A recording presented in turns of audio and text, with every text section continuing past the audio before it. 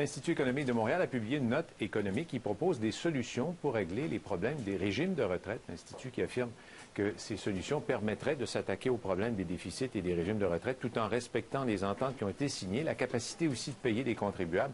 On parle de tout ça avec l'auteur de la publication, l'économiste Yuri Chassin. Bonjour. Bonjour.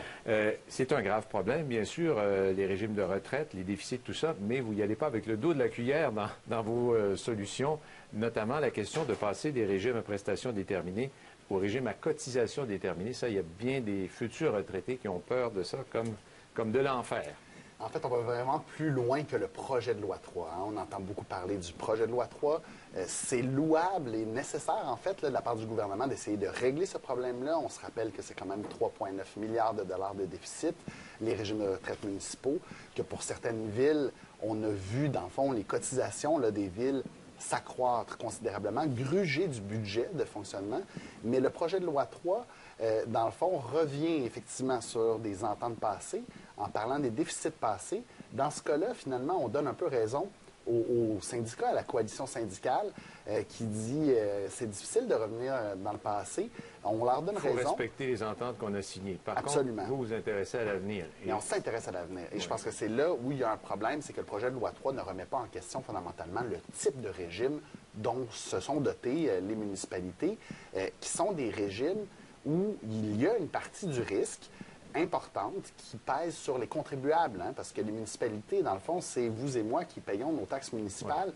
Ouais. Et il est là le problème. C'est que si on a des hypothèses là, actuarielles pour le futur qui sont trop optimistes, comme ça s'est passé dans le passé, finalement, pour les taux de rendement, pour l'allongement de l'espérance de vie.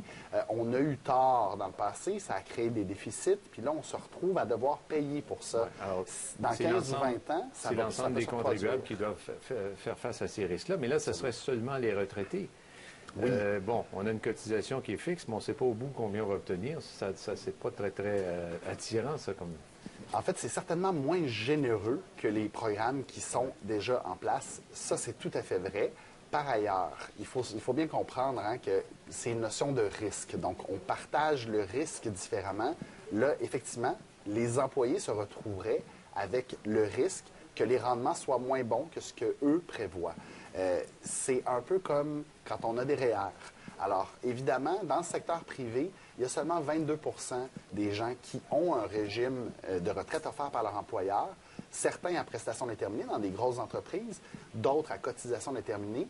Et le 78 restant doivent compter sur leur REER qui aussi là, peut, dans le fond, subir les contre-coups d'un mauvais rendement. Alors, si on leur demande à ces gens-là de supporter le risque des régimes à prestations déterminées des municipalités, en plus de supporter leurs propres risques, ce serait inéquitable à notre point de vue. Et ça, ce seraient des mesures qui seraient appliquées dans le temps, c'est-à-dire ça commencerait progressivement pour atténuer peut-être l'effet, là. Exactement. Donc, on prend une date là, dans le futur et puis on se dit, bien, à partir de ce moment-là, on revient par exemple, à partir de la prochaine convention collective. Exactement. On ne revient pas sur le passé, mais à partir de ce moment-là, on passe à un régime à prestation déterminée, à cotisation déterminée, pardon, justement. Et là, l'idée, c'est que tout le monde va avoir le même régime, qu'on soit un jeune employé, qu'on soit un vieil employé. Autre point, M. Chassin, parce que le temps nous bouscule un peu. Indexer graduellement l'âge de la retraite. Absolument. Ça aussi, ça fait mal. Ça ne serait pas très populaire, une mesure comme ça. Ça peut faire grincer des dents, mais je pense que les gens réalisent que, dans le fond, il y a une bonne nouvelle derrière ça. Hein? On vit de plus en plus vieux et en santé. Et un peu comme on cherche, par exemple, à indexer les prestations de la sécurité de la vieillesse ou même les prestations de retraite dans certains cas, on les indexe parce que le coût de la vie augmente. Eh bien, quand l'espérance de vie augmente, il faudrait aussi indexer l'âge de la retraite. C'est une discussion qu'on n'a pas au Québec. Alors que ça serait tout à fait naturel, ça se passe dans beaucoup de pays en Occident, de réfléchir à l'âge de la retraite puis de se dire... Ils viennent de le faire, je pense, en Suède notamment. J'ai entendu des reportages là-dessus. C'est bien possible. Aux États-Unis, en Grande-Bretagne, en Allemagne et même au Canada pour la sécurité de la vieillesse. Donc, de se dire, il faut considérer que quand on augmente la durée de vie, ben, c'est peut-être un peu normal que ça n'aille pas que à des années de retraite. Bon, que ça soit aussi... c'est des suggestions intéressantes. Certains vont les trouver un peu peut-être radicales, mais là, il faudra voir si le pouvoir politique va donner une réponse à ça, parce qu'actuellement, c'est un débat hautement politique.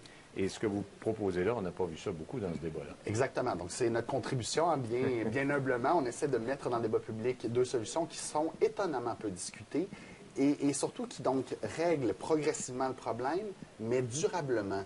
Et si on ne va pas vers des solutions comme celle-là, ben, on risque, dans 15 ou 20 ans, d'avoir un nouveau projet de loi 3 puis un nouveau débat social. Monsieur Chassin, merci beaucoup de nous avoir expliqué ces solutions proposées par l'Institut économique de Montréal. Au revoir. Au revoir.